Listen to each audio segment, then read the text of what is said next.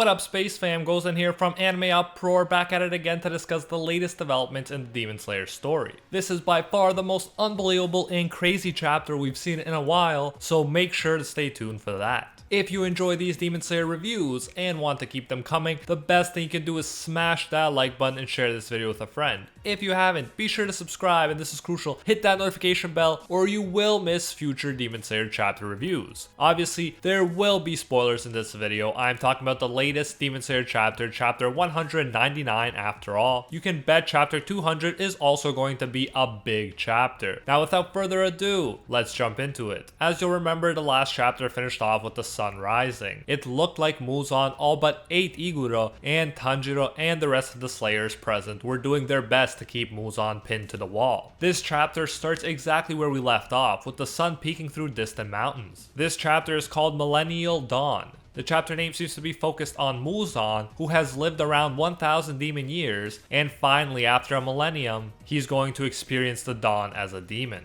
Right away, we see Muzan in his shocked and scared face. He's looking at the distant sun coming up and he knows he has to do whatever he can to survive. He unleashes a huge explosion-like attack that completely destroys the surrounding area. Sanemi is sent flying back, Iguro is shot into a wall, presumably Mitsuri is sent flying too. Unlike the others, she seems to be down for the count right now. But she better survive this. Last chapter, we saw her get hit by Muzan's attack, but many Slayers got hit by his attacks and it didn't seem that bad, so hopefully all's good on her part. She'll wake up safe and sound and everything will be a-okay. At least that's my hope for best girl Mitsuri. Tanjiro is the one who withstands the explosive attacks and holds on to his sword, which is doing a good job of pinning Muzan to the wall, despite all of his squirming. However, some real crazy stuff happens. Muzan's attack ends up taking off Tanjiro's left arm. We thought his one eye was bad enough, but now he's lost his arm too. And along with him, so many others have lost body parts, like Giyu with his arm. Still, Tanjiro, being the determined boss that he is, keeps holding on with one hand. He keeps doing everything he can. You know he'll sooner pass out or die than let Muzan get away at this point. I have mad respect for him. He's practically unfazed by his lost arm. As often happens, we are let into Tanjiro's thoughts. He thinks to himself, and I quote, "Make your blade turn red. Keep your heart burning. Turn red, please," end quote. You can see he's in excruciating pain and struggling hard by this point, but he's not giving up. Then,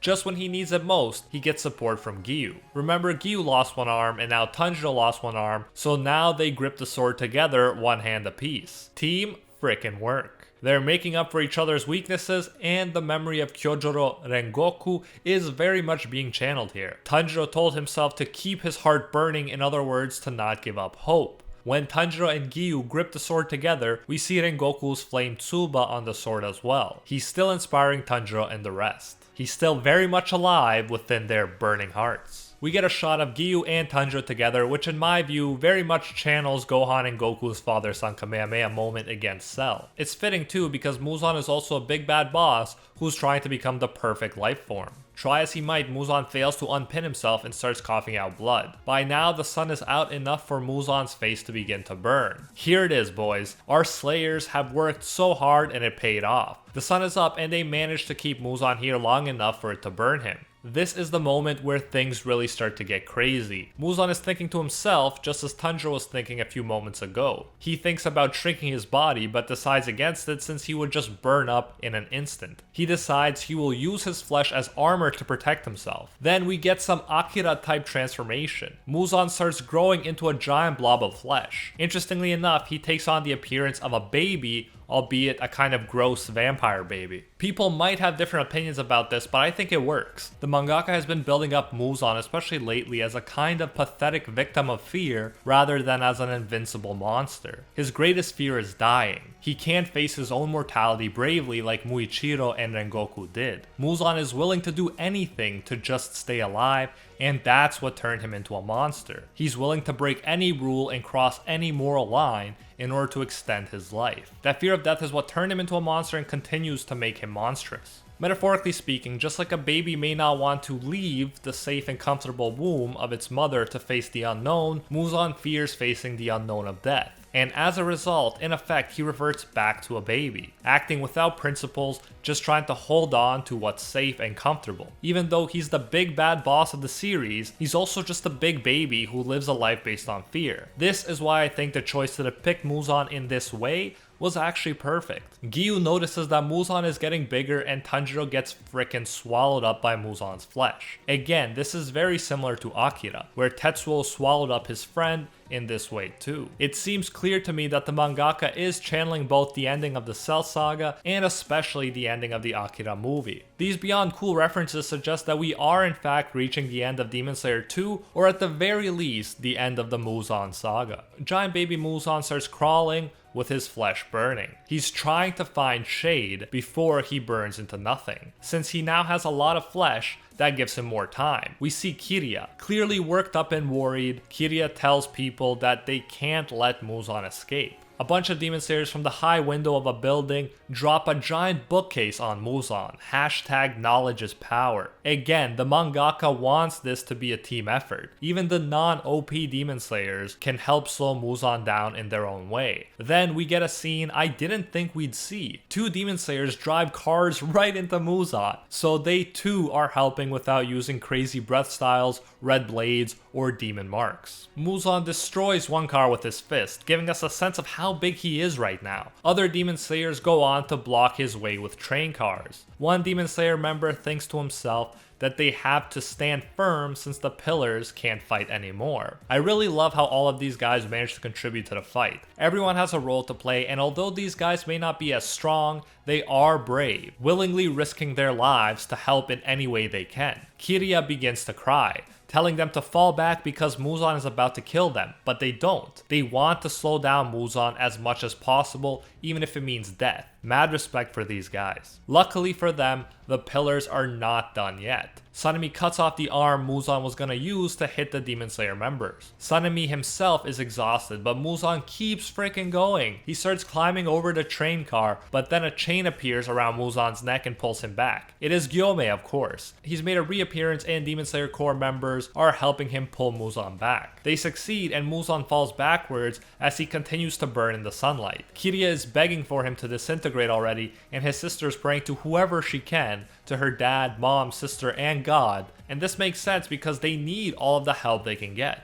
Muzan just won't give up and he starts digging into the ground, hoping to hide from the sun that way. At this point we have at least 8 more Demon Slayer core members lending their strength and helping Gyomei to hold Muzan back. Giyu uses the 10th form of water breathing, Constant Flux, to attack Muzan. Just as Zenitsu's attack took the form of a lightning dragon and Tanjiro's took the form of a fire dragon, Giyu's attack takes the form of a water dragon. Although he's weaker with one hand, he, Sanemi, and even Iguro do everything they can to weaken Muzan. Keep in mind, the poison cocktail that Tamayo gave to Muzan is still at work. He's in the sunlight and he has a lot of accumulated damage. Every little hit is magnified because of how bad Muzan is doing. Every little bit counts. Any attack now can be the straw that broke the camel's back. We're told everyone is at their limit, doing their all. Gyomei's chain begins to break. Keep in mind, this is a huge deal. Not even the insanely powerful Upper Moon 1 Kokushibo could do anything to this chain because of how strong the material is, and here we have people pushing themselves so hard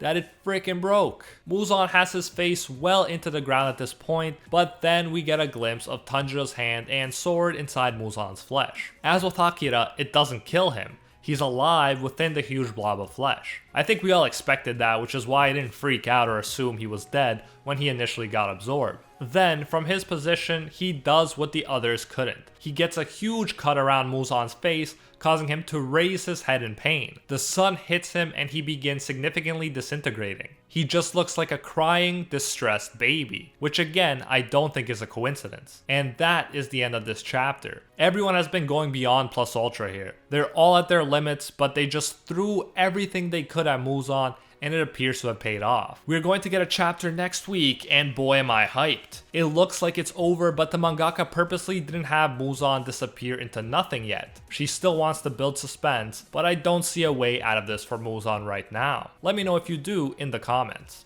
So glad to see that Iguro is alive, and although we're kind of being asked to worry about Mitsuri right now, I think she'll be okay. They just didn't make enough of a big deal of it when she actually got attacked for me to think that it was a fatal move. We still need to see Nezuko, we need to see what's gonna happen between Tanjiro and Kanao, and so on. This could potentially wrap up next chapter with the winding down conclusion. We'll have to wait and see, but let me know your predictions and thoughts in the comments. It seems like it would be difficult for the series to continue with new bad guys when so many of our star players are badly injured and missing so many body parts. We could definitely be seeing a Full Metal Alchemist-like ending next chapter, where the Demon Slayers put down their swords and return to normal life, but with a newfound appreciation for it. Anyways, that is it for this video. We had insane moments I didn't expect to see, like giant baby Muzan, Tanjiro losing his arm, Akira moments, and books being used to hurt Muzan. Truly an eventful chapter, and after all this time, after a millennium, Muzan has experienced the dawn